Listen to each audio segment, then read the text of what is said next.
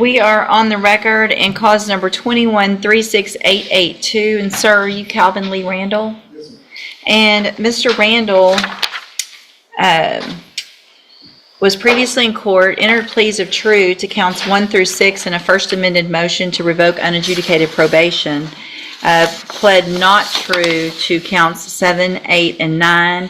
We reset this case for a sentencing hearing with regard to those counts and any other information that you guys have with regard to sentencing. The probation department did an updated report. Has everyone had an opportunity to review that report? Mr. Philip Smith? Yes, sir. And Mr. Bruce Smith? Yes, sir. And are there any additions or corrections to that report? Not from the state. No, sir. Okay. So the allegations that Mr. Randall pled true to, just so we're all on the same page, was failing to report in, looks like, some dates in November 2023, and it appears he's been an absconder since that point. Failed to work faithfully at suitable employment, tested positive for tetrahydrocannabinol and methamphetamine back in 2023. Failed to provide verification of performing community service, didn't complete the battery intervention and prevention program or anger management, and is behind in his fees. And then Mr. Philip Smith, does the state have evidence with regard to count 7, 8, and or 9? We do, Judge. All right, then at this time, you may call your first witness. State calls Officer James Powell. Good morning, sir. Morning. You can come on up. Okay. Do you swear or affirm the testimony you're going to give in this hearing will be the truth, the whole truth, and nothing but the truth? Thank you, sir. You can have a seat right here. Mr. Philip Smith, you may proceed. Good morning, Officer Powell. Would you state your name and spell it for the court, please? James Wesley Powell, J-A-M-E-S-W-S-L-E-Y-P-O-W-E-L. And how are you currently employed? I'm a police officer for City of Beaumont, How long have you been so employed? 13 years. Are you a certified peace officer in this state? I am. And what is your job description with Beaumont Police Department? Enforce the laws of the state and city. Okay. Are you on patrol most of the time? I am. And what does that consist of? Answering calls that are dispatched to us, or driving around in areas, being proactive. We see crime, we stop out and talk to people if they're breaking some stuff. Okay. Were you working in that capacity on May 17th of 2024? I was. And what shift were you working? Do you recall? Days. Day shift?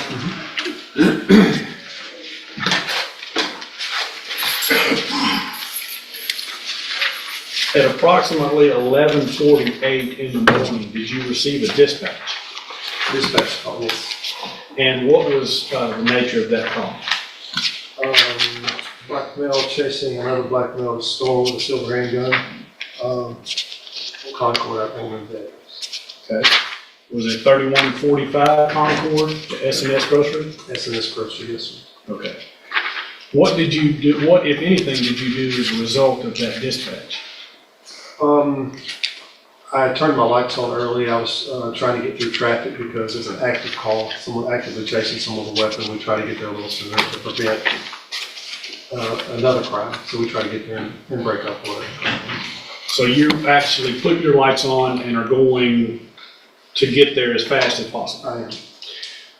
Did you observe or notice anything when you got to S&S Grocery? I did. Dispatch had already put out a description of the vehicle and the suspect. As I'm approaching the parking lot, I can see the vehicle driving through the parking lot coming south in the parking lot. Okay. Let me back up just a second. That location, S&S Grocery at 3145 Concord, is that in Beaumont and in Jefferson County, Texas? It is. You were given the description of the vehicle before you arrived. That's correct.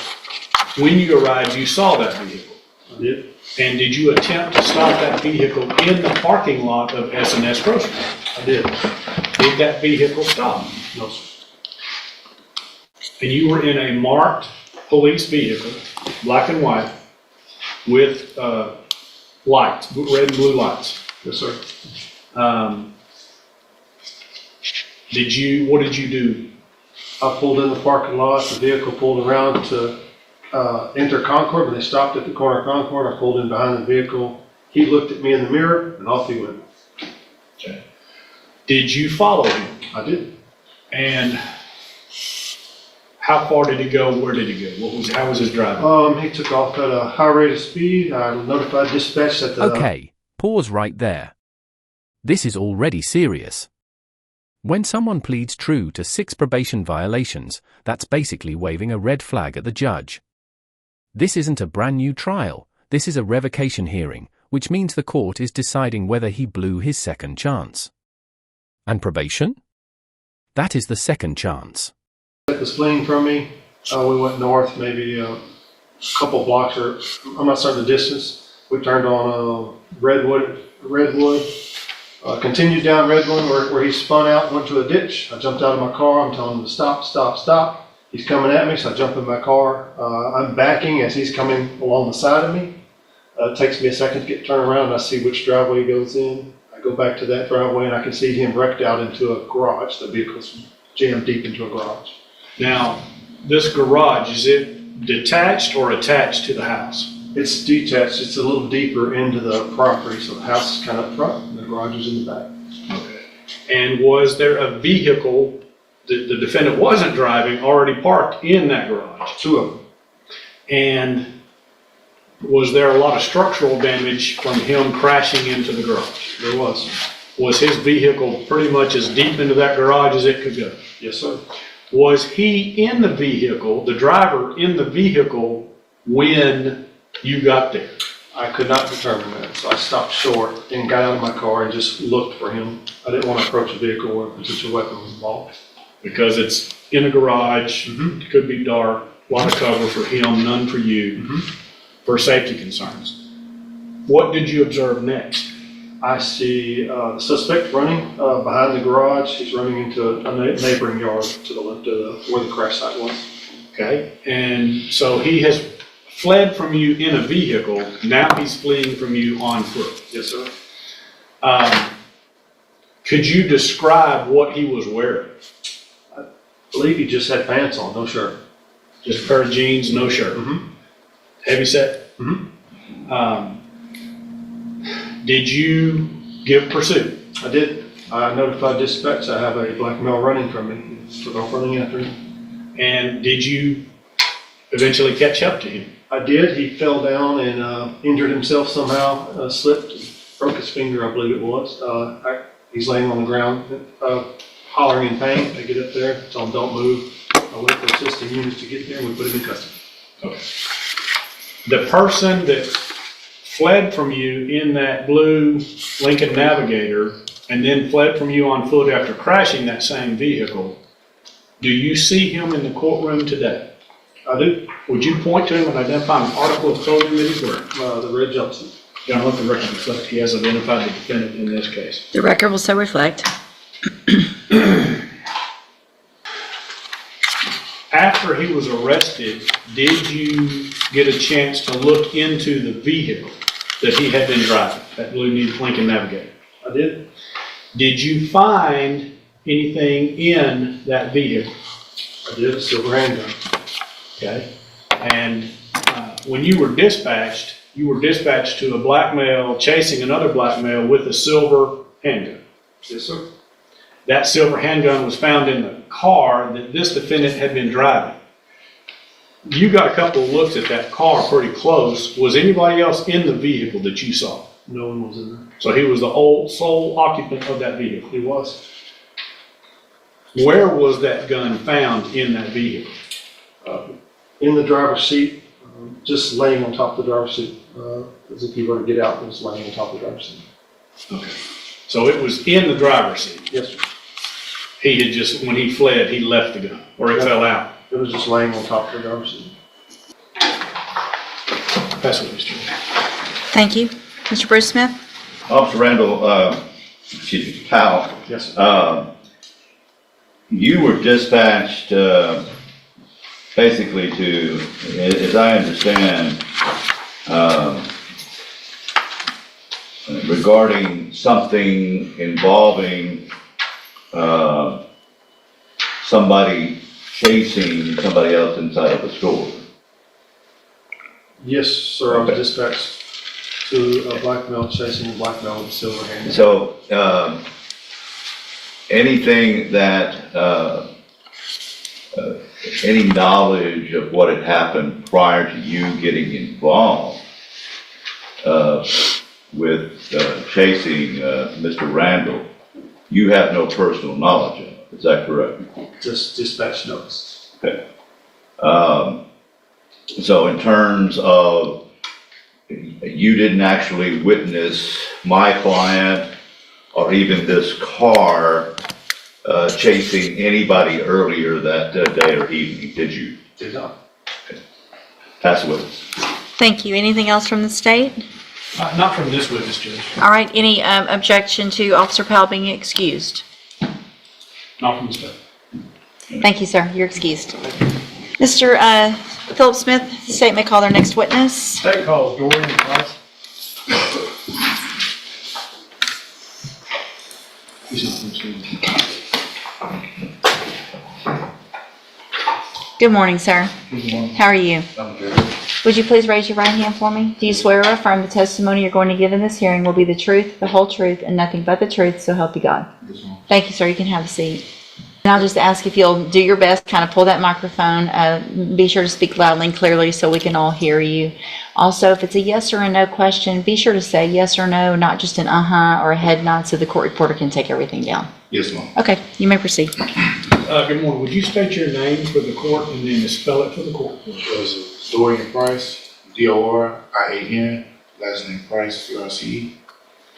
And Dorian, you understand why we're here today, right? Yes, sir. Turning your attention to May 17th of last year, were you at the S&S grocery on Concord Yes, sir. a little bit before noon? Yes, sir. What were you doing there? I had just received a call from my boss man. I was driving a tow truck and I was sitting in the parking lot putting the address in for my next call when I witnessed a guy chasing another guy with a gun. Okay, would you describe for the court, describe the man who had the gun. What did he look like? Black male, he had braids, and he was driving a blue and purple Lincoln Navigator. Kind of a dark color? That is the second chance. Intro. Let's break this down. Failed drug tests. Failed reporting. Failed programs. Behind on fees. That's not just one slip-up, that's a pattern. And in probation court, patterns matter. Judges look at effort. If you're not even trying, the court takes that personally. At this point, the defense is already fighting uphill.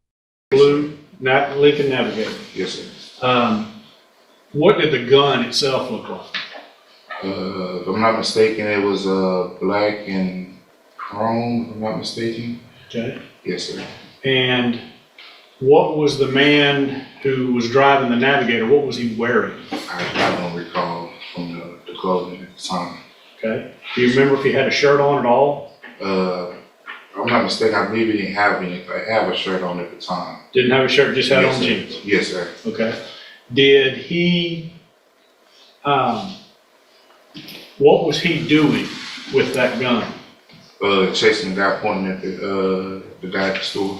Okay. Chasing And the him guy to he the was store. chasing, what was he wearing? Do you remember? No, sir, I don't remember. No, sir. Okay.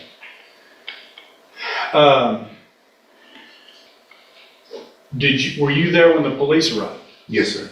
And what happened at that time or shortly before that time? The officer pulled into the driveway, he activated his lights, and the vehicle drove around the pumps and took off on Concord. Had the man who was driving that Navigator, had he stopped chasing the other man with the braids and got in his vehicle? Yes, sir. And then when the police arrived, he was in the vehicle already? Yes, sir. And when the police got there with their lights on, he didn't stop, he kept going? He just shot out the parking lot and kept on. Did he fire the gun at the man? No, sir. But he brandished it, you could see the gun. Yes, sir.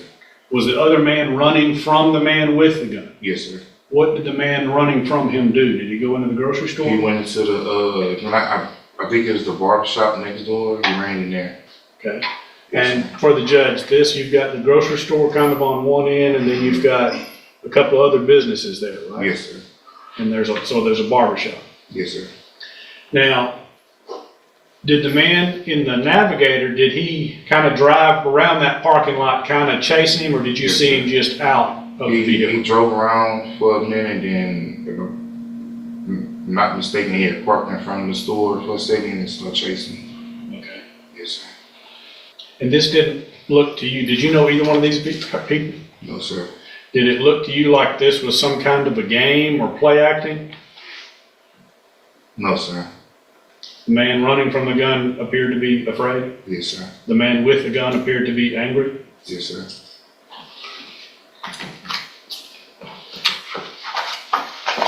And this happened in Beaumont, Texas. Yes, sir.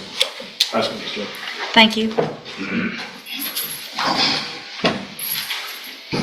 Hi, Mr. Price. I was writing when he first started questioning you. When, on this May 17th, did I misunderstand you when you first saw, this man who didn't have a shirt on, were you sitting at the grocery store parking lot? I was sitting inside my tow truck. Yes, sir. On the parking lot of In the the parking lot. grocery store? Yes, sir. And that's the first time that you saw somebody chasing, Yes, sir. or a man with no shirt chasing somebody, is that correct? Yes, sir. And are you certain of that, of everything else you testified to here today? Yes, sir. Do you remember giving a written statement? Yes, sir. Okay. Did you remember telling the police that I was going south on Concord, going to a call, and that's when I seen a black male with no shirt chasing another black male with a handgun at the blue car wash on Concord? Yeah, they started. Did you make that statement? Yes, sir, I did. Okay. Do you agree that that statement is totally inconsistent with your testimony that you just gave when you just told the judge that the first time you saw that man, you were sitting in your truck in the parking lot at the grocery store? It was the first time, yes, sir. It was hot? That was the first time. He chased him across the street. So when you testified under oath earlier that the first time you saw this guy was in your truck when you were sitting in the parking lot of the grocery store, that was not true? It was the first time I seen him. I actually followed him from the grocery store to across the street. Maybe I'm not making myself clear. When you gave your statement, you said I was going south on Concord, Yes, sir. which means you were driving your truck, Yes, sir. all right? Yes, sir. And you say that you were going to a call, and that's when I saw a black male with no shirt chasing another black male. Yes, sir. Okay, well, that can't be true if you were sitting in your truck in the parking lot of the grocery store. So which is it? Which is true? I seen him at the grocery store first. He he chased the guy from the grocery store to the car wash. Okay, may I approach witness? Sure. I'll show you, call it D1. You recognize that statement? Yes, sir. Okay, and is that your signature? Yes, sir. Is that your handwriting? Yes, sir. Okay, and did you say in here that I was going south on Concord, going to a call? Yes, sir. That's when I seen a black male? So isn't it true that you were driving your truck, going south on Concord? I was sitting at Wait, the let me finish my sentence. You can't take two people. You can talk at the same time. When you were going south on Concord, going to a call, that's when you saw the black male. Is that correct? No, sir. Well, why did you write that down? I seen him at the grocery store, and they should have cameras, but I see it on the camera. Well, did you write that down, that you were sitting at the grocery store? When you saw this guy? Thought I wrote it down on there. Well, isn't it true? I mean, you gave everybody the impression in your statement that you were driving your truck and you look over and you supposedly saw some I guy. was sitting at the grocery store. All right, so you keep interrupting me. I think all that's been, it's all been asked and answered. And you can step back over here if you're done with that as well, please.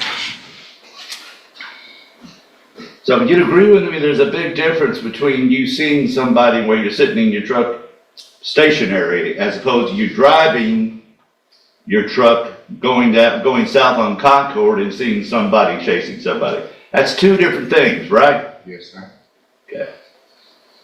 Well, when you were driving your truck going south on Concord, like you said in your statement, and you said you saw some guy with no shirt chasing another one. I mean, how far away were you from the guy that... Now here's where things escalate fast. This isn't just a paperwork violation anymore. We're talking about a 911 dispatch involving a man chasing someone with a handgun. If this ties back to the defendant, probation is the least of his worries. This becomes about public safety, and judges do not play when guns enter the picture. had no shirt on? I was sitting in the parking lot. I was in the parking lot where everything was going on. Okay, so your testimony here today is that your statement that you gave here back when it was fresh in your mind is totally incorrect. Is that correct? This can't be both. I seen him in the parking lot where I was sitting at. Okay. And that's when I called the police. He chased the guy to the blue car wash. Okay, so Then he went back to the S&S store. That's when the police arrived. so we can just ignore what the heck you wrote down here that you were driving your truck going down Concord and saw somebody, allegedly holding a gun chasing somebody. That just didn't happen. That did not happen. Is that correct? That's the way you want to put it. Well, that's what you wrote down, but now you're saying that's not true. Mr. Hoffpower? Is that correct? That's how you want to put it. Okay. Well, so now your testimony here today is that you're sitting in your truck in the parking lot of a grocery store. They got camera footage there. Is that, so how, and so you look and you see somebody with no shirt on chasing somebody where? In the parking lot of the S&S grocery. So when you see him, you say you saw these two people, one chasing the other, actually in the parking lot where you're Yes, sitting? sir. Yes, sir. Well, you say in your statement that you had to, he's chasing, going south, see somebody with no shirt on chasing another black male with a handgun at the blue car wash. You don't say anything about the grocery store. That's where I started at the grocery store. Not at the car wash. No. But you told the police that it started at the car, you saw them, the first time you saw them, they were at the car wash. First time I seen him was at the grocery store. They went to the car wash and they went back to the grocery store. Okay. The first time you saw them was at the grocery store. Yes, sir. But yet you wrote in your statement that the first time you saw him was at the car wash. That's wrong, isn't it?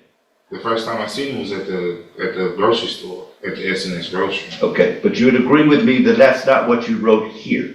I'm not agreeing with you with anything. Well, let me I'm take saying- Mr. Smith, it's been asked and answered. I get it. So even in the, well, how far away was the guy that you saw with no shirt? How far away was he from you at the time that you first met? Hang on.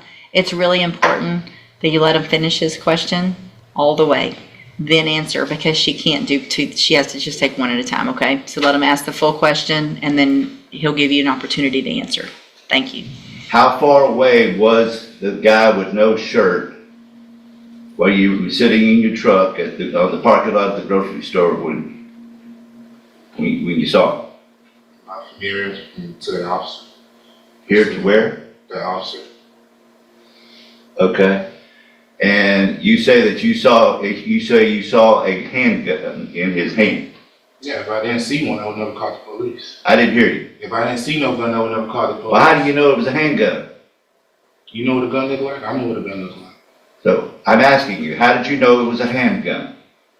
It was a gun. I know what a gun looked like. Okay. Well, how do you know, say, was it a pellet gun that looked like a handgun? You think I was gonna watch him shoot him and find out? I can't hear you. You think I was gonna sit there and wait for him to shoot him and find out? How do you know, was it some other pellet gun or something like that nature that looked like a handgun? So you think I was gonna sit there and let this guy shoot that guy and just sit there? And find not, out, objection, oh, non-responsive. Listen, just, so you'll get an opportunity to explain, I'm sure, in just a minute. Mr. Philip Smith will ask you some follow-up questions.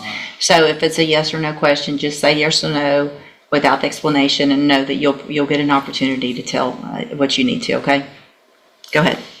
My point is, you never touched a handgun, right? I wasn't with him. No. So you never inspected that what you're describing as a handgun, right? No.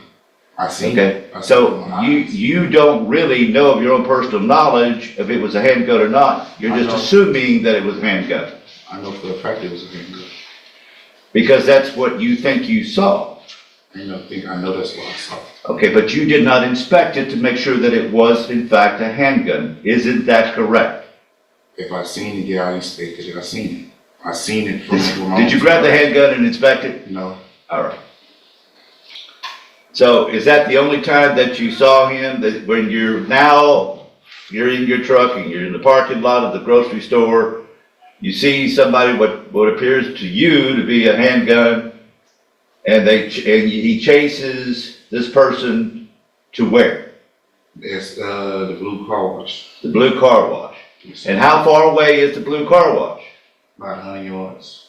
Huh? About 100 yards from the SNS grocery. About 100 yards. Okay? Like a football field. Almost, yeah. Yes, sir.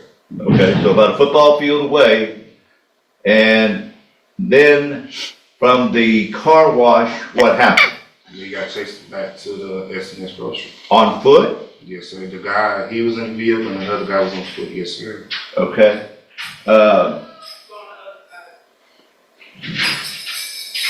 So when you gave your statement that I was going south on Concord, going to a call, that's when I see a black male with no shirt chasing another black male with a handgun, you're saying at that time he was in his vehicle?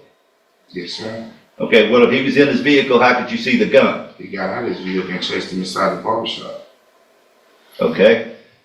And that's nowhere on your statement here. Would you agree with me? What the officers told me, no, just keep it simple. That's what I did. Okay.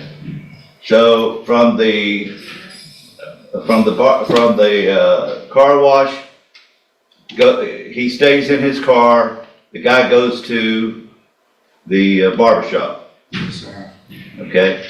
And the guy that was in his car, what did he do? He get out and try to chase him there, and they had some other people trying to stop it. Oh, now there's some other people trying to stop it. So there's other witnesses. There was other people there. I'm the only one called the police. Okay. I'm assuming. So, and again, none of that is in your statement, and none of that, anything like that is in anything that you told the police. You didn't tell the police about anybody else chasing this man. Nobody else was chasing him. I didn't say nobody else was chasing him. I said they had other people out there while he was chasing him. Okay. And so, are you saying that he chased him when he came out of the barber shop?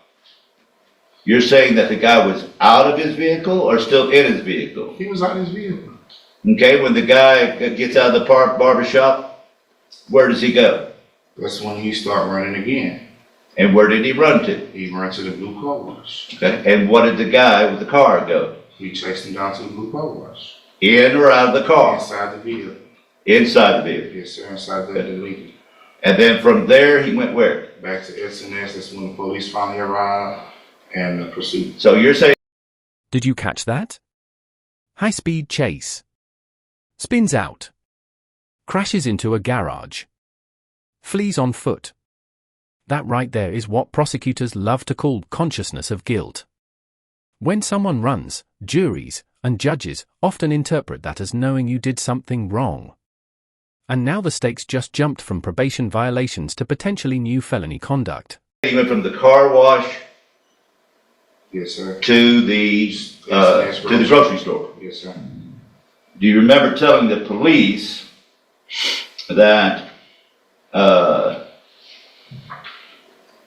the black male ran into the barber shop off of Concord while Randall sat in his blue Lincoln Navigator waiting for him to come out? Price advised that when the black male with dreads left the barber shop, he ran to the grocery store and the guy followed him there in a vehicle.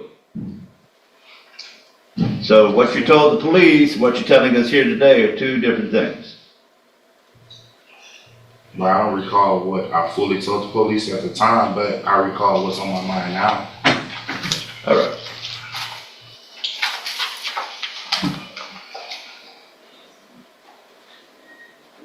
Well, is it or is it not true that while you're driving your truck on the way to the call, that you did or did not see somebody chasing I somebody? seen him when I was sitting in S&S grocery parking lot. Okay, that's not my question. My question is it or is it not true, like it says in your statement, that you saw somebody chasing somebody else while you were driving your truck going to a call? Judge, I want to object. That's been asked and answered dozens of times. It has. Sustained. Pass the witness. Thank you, Mr. Smith. Philip Smith? Mr. Price, you were concerned that somebody was going to get shot. Yes, sir. Concerned enough that you called 911 Yes, sir. to alert them that a heavyset black male with no shirt was chasing another black male from the barbershop to the grocery store. Yes, sir. You called 911 on your own volition. Yes, sir. If you'd have thought it was a pellet gun, would you have done that? Yes, sir. If you'd have thought it was some act or some game that they were playing, Yes, sir. would you have done that? Yes, sir. So you thought this was real. Yes, sir. They don't have Do you to- see the person in the courtroom today Yes, that sir. was chasing the individual with the braids? Yes, sir. Would you point to him and identify an article of clothing he's wearing? You right there. Yes, sir. In the red jumpsuit? Yes, sir. I'm going to let the record reflect he has identified the defendant in this case. The record will so reflect. Anything else, Mr. Bruce Smith? Nothing further. All right. Any objection to Mr. Price being excused? No, Judge. No, Your Honor. Thank you. You're excused. Thank you for coming, sir. Yes, sir.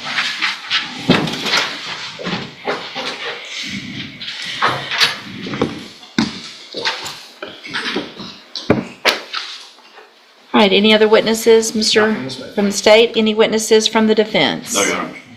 Okay. So argument from the state with regard to counts 7, 8, and 9. Well, let me start here.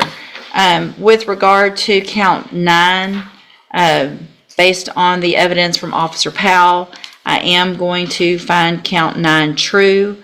I will have, you guys can make argument with regard to count 7 and 8. The state, you may go forward. Judge, I would argue that count 7 should be found true by preponderance of the evidence because Mr. Price testified that at the S&S grocery, which is a 51% business, that he did see the defendant chasing another male with a handgun. He was descriptive enough to say it was heavy set, he had no shirt on, he was driving a dark blue Lincoln Navigator.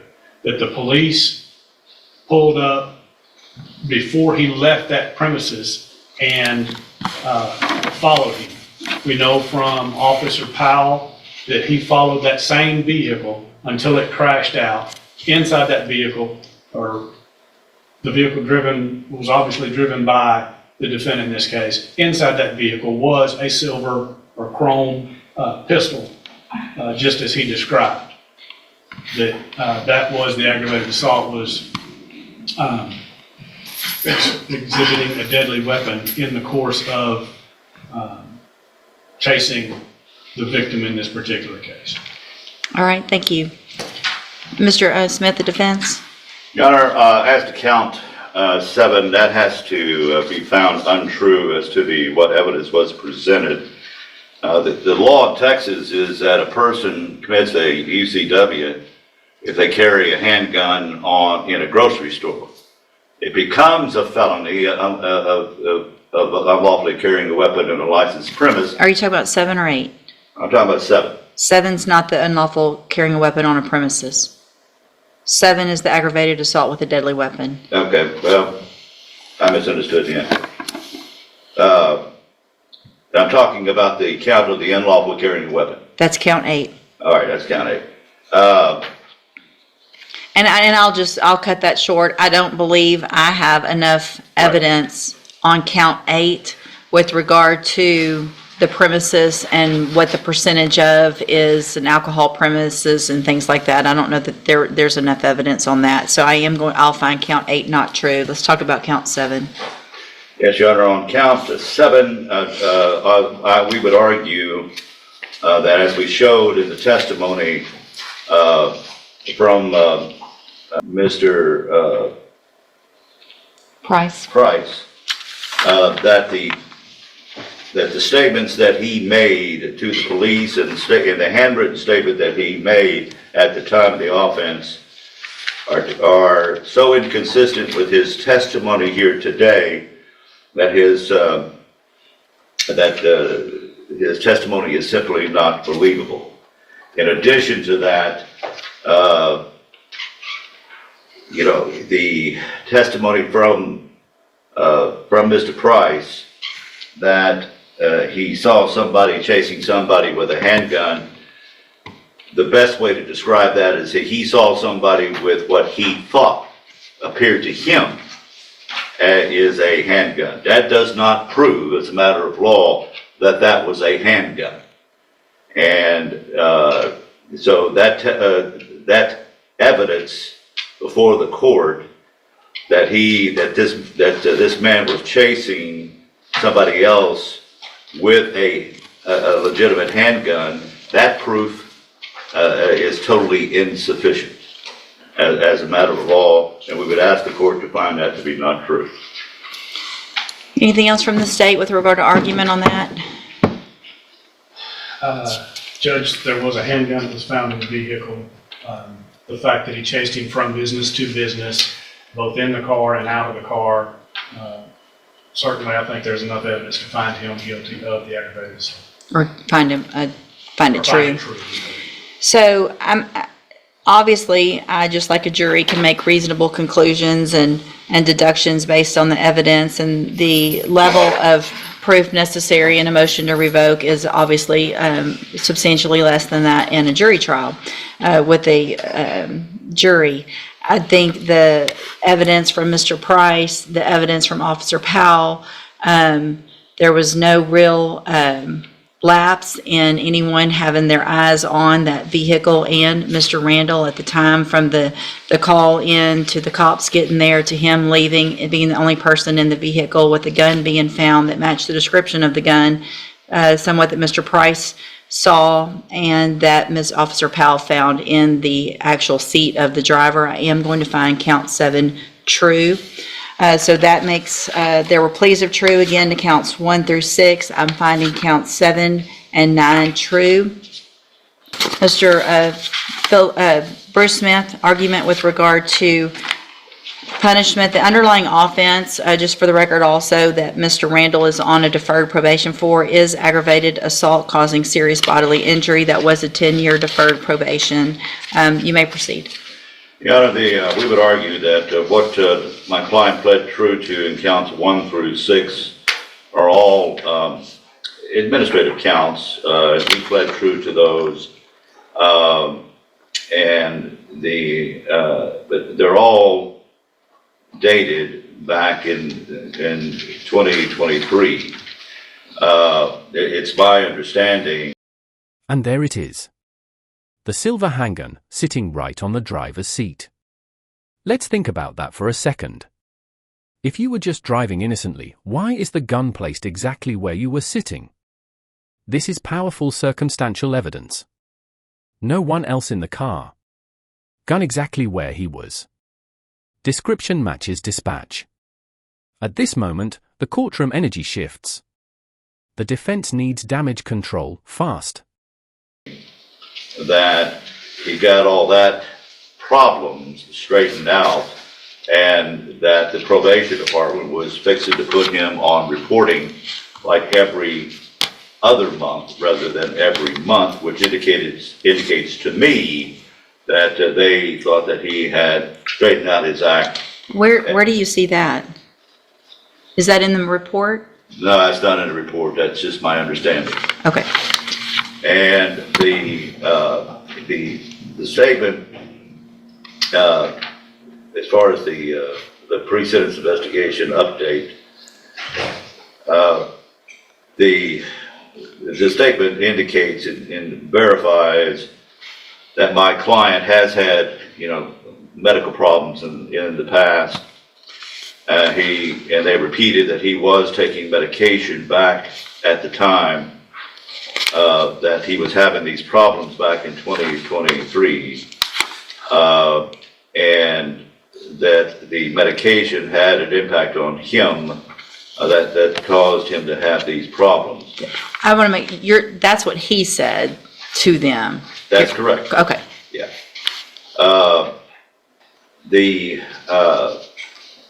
But I think the record as a whole in your file indicates that he did have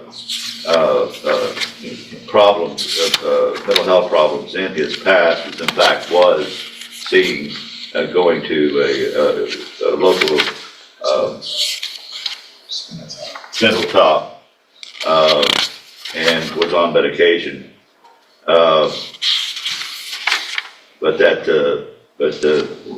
In that, we would submit that was the problems back in 2023, and that since that time in 2023, it wasn't until we have these problems in 2024 that we have this motion to revoke. So we're asking the court to take into consideration the fact that for a long period of time he was having only administrative difficulties in his probation, and I think that's important for the court to take into consideration. Since the court made a finding of true as to counts 7 and 9, we're asking the court to, if it doesn't see fit to continue my client on probation, we're asking the court to, if in fact it does revoke his probation, that his sentence into the Texas Department of Criminal Justice be set at no more than 5 years. Thank you. Mr. Philip Smith? Judge, we filed our first motion on December 8th of 2023, after he had been an absconder for several months. This offense occurred. Your Honor, I would object. There is no evidence of him being an absconder for this court. Well, It's PSI in says the he was an PSI, and you had no objections to the PSI.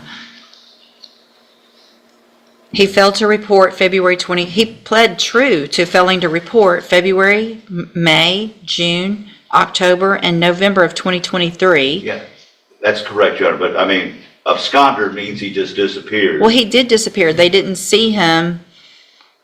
He admitted that there were certain days that he did not report, and those were the dates that he did not You did not report. object to the pre-sentence report, which also, we have you're the probation officer, correct, Ms. Bryant? Yes, ma'am. Would you please come up?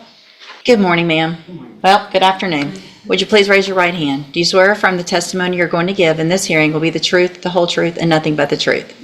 Thank you. And I'm going to do this a little informally. We're not going to get into a whole lot of questions.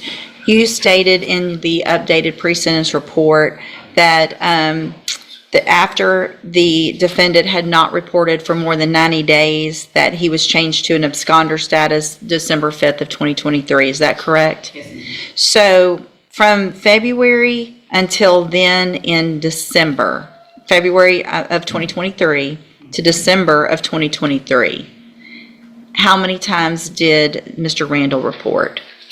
If it's helpful, you can set your stuff down on the podium or whatever up here with whatever you need.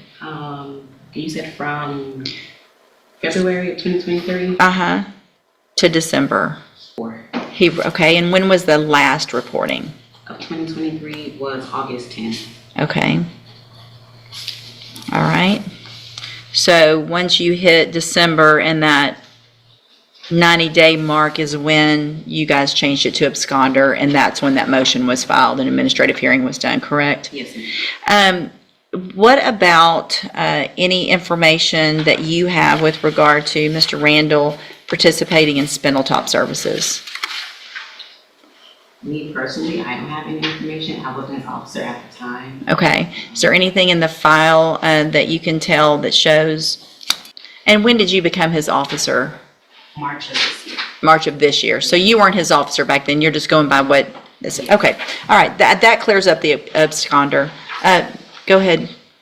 Judge, one of the last times he did report before absconding was July 3rd, which they gathered UA and he tested positive for methamphetamine. So we know he's committing multiple felonies over the course of being on probation for a felony offense. He is not a suitable candidate for probation. As the PSI officer stated, they have no desire, they believe the defendant has no desire to comply with the conditions of probation, and he's exhausted all appropriate sanctions and available programs. So we would feel like the only thing left to do is to give him appropriate punishment. We would ask you to take the facts of the underlying crime into consideration. It is an aggravated assault. He has committed another aggravated assault with a firearm this time, and we feel like no less than 16 years in prison would be appropriate in this particular case. So that's what we're asking for. Thank you. Okay, so I just want to go through, Mr. Randall, one of the reasons why I asked the probation officer some specific information about whether or not you had reported during that year, which you did, and it's actually in here. You reported March and April, in July, and then again in August. And you were given information on those about the anger management class. You made a statement that you were taking medication that made you forget about your probation.